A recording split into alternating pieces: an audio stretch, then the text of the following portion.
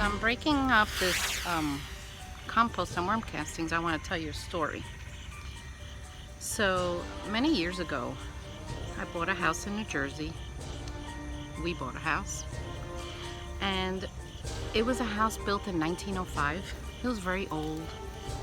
Nice family lived there, but after they passed away, the house was just left, and the owner who inherited it didn't want to sell it to just anyone. So I've known him for many years, so he decided to sell it to us. So this house was built in 1905, and they used to have funerals in their living room. I mean, this house was absolutely beautiful, but when you walked in there, it looks like time stood still. They had like a fireplace in the kitchen that had like still a little cauldron hanging in it to, I guess, warm food up. It's like time stood still. And the second I walked in that house, man, I got a creepy feeling. But it was beautiful, and I'm like, well, whatever, it'll be okay. So we move in after the renovations. First night there, my husband and I hear footprints from the apartment that we had upstairs. So we had a vacant apartment upstairs, and we were ready to start renting it out and have tenants. Nobody had moved in yet. We hear footprints like, it sounded like a man's shoes walking on wooden floor. The apartment was rugged. So my husband gets a bag and goes upstairs. And of course, you know, I'm nervous as heck. I mean, we're both like, what the heck was that? He didn't find anything.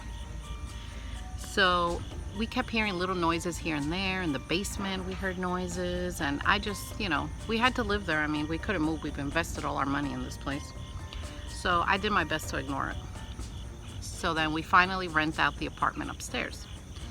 A mom and her daughter moved upstairs.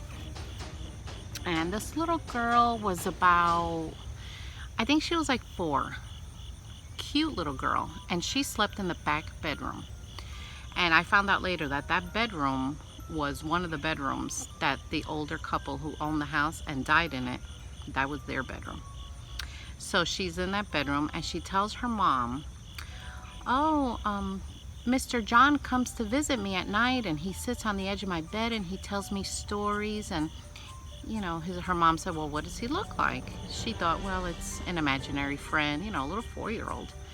She said, well, he's got a suit on and a hat, and try to envision like 1950s gentleman type dress. And her mom said, you know, are you afraid of him? She's like, no, he's so sweet. He's like a grandpa. He comes to visit. So the mom's like, you know, okay. And the little girl continues to talk about Mr. John. So I had found in the house old newspaper clippings of the funerals they had there and pictures, and I'm digging through this stuff, and the owners of the house, the husband was named John. And I find a picture of him, and he's wearing a suit and a gentleman's hat, and you know, now I'm like freaked out. So I had these things on my kitchen table, and the mom and the little girl come downstairs, and the little girl's like looking through the stuff, and you know, just out of curiosity, a little child looking through things. And all of a sudden she says, Mom, look, that's Mr. John. He's the one that comes. And she picked up the picture of John, the previous owner who passed away in this house. The mom, she freaked out. She turned white. She looked at me.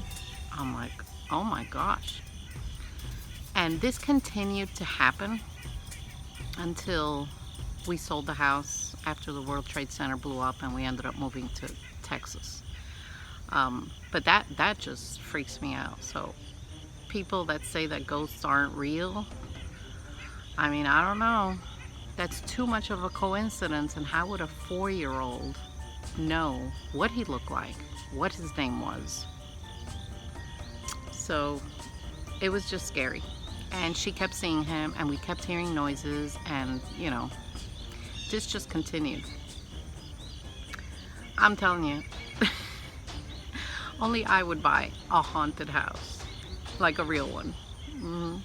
And now I live in southern Indiana, And the forest behind my house, I'm telling you, I hear noises coming from out there all the time. Weird things. Animal sounds that I don't think any animal here makes that sound. But I thought I'd tell you this little story while I break up my worm castings from my barrel.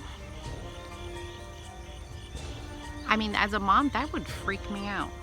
Just thinking that there's a man coming in my daughter's room, sitting on the bed telling her story. And they lived on the second floor, so there's no way that an old man is gonna climb a wall like he's some kind of Spider-Man or something. And, you know, and tell her the story. But she wasn't afraid of him, so to each their own. Anyway, let me know if you like these kind of videos. I like spooky things. I always have since I was a kid. Let me know if you like these videos. Comment down below. Come back and visit my garden again and my channel again. Subscribe. You know, it really helps us little YouTubers that want to be monetized. My daughter is getting her master's degree. Oh.